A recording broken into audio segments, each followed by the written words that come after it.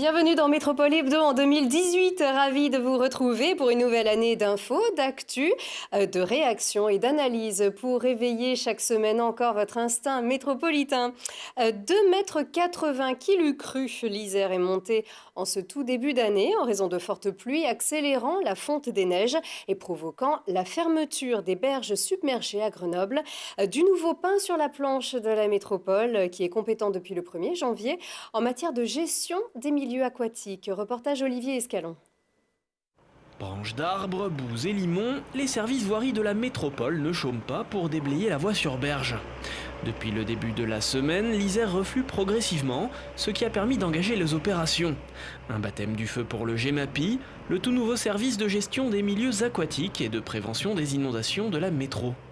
C'était totalement un baptême du feu puisque, ayant pris la compétence au 1er janvier, dès le 5, il fallait faire des interventions. Ce qui fait qu'elles ont été faites de manière extrêmement coordonnée avec les communes qui étaient auparavant les intervenants sur ce domaine et en liaison avec les syndicats existants dont on est devenu membre au 1er janvier. Une semaine de travaux sera nécessaire pour ouvrir la voie sur berge.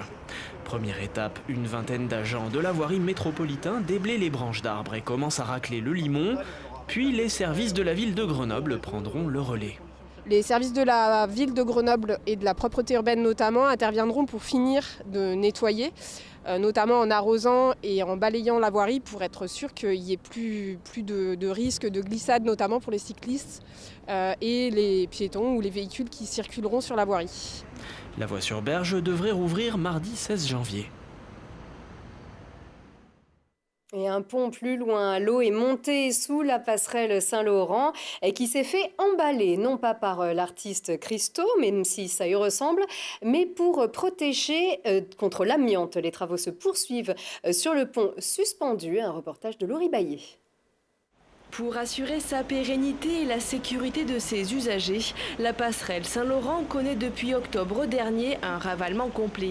Phase cruciale du chantier, le désamiantage, une étape aux exigences strictes. Alors comment ça se passe? Vous voyez, il y a du matériel important pour venir mettre le confinement, donc qui est étanche, c'est-à-dire qu'il n'y a rien qui sort, en dépression. Donc pour éviter que les poussières sortent, c'est-à-dire que vu que vous êtes en dépression, même s'il y a éventuellement un trou, il y a des choses qui peuvent rentrer dans le confinement, mais rien qui peut sortir. Donc pour ça, il y a tout un système.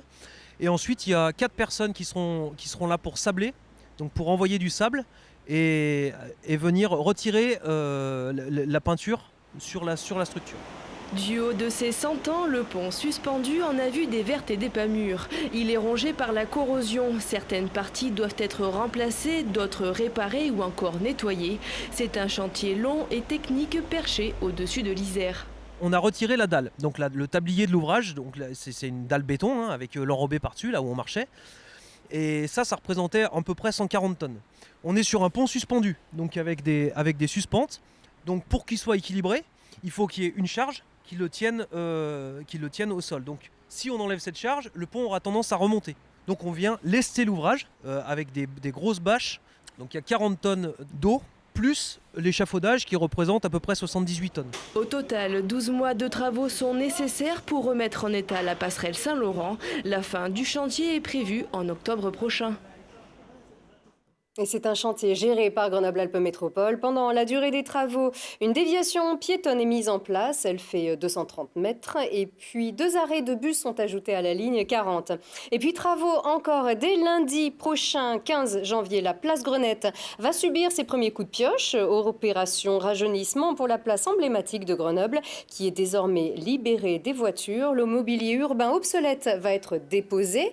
L'éclairage sera suspendu au-dessus des piétons qui pourront se déplacer sur un espace allongé. C'est une des phases du projet Cœur de ville, Cœur de métropole qui s'amorce. On en reparle dans un prochain Métropole Hebdo. Et il me reste à vous dire à la semaine prochaine. Au revoir.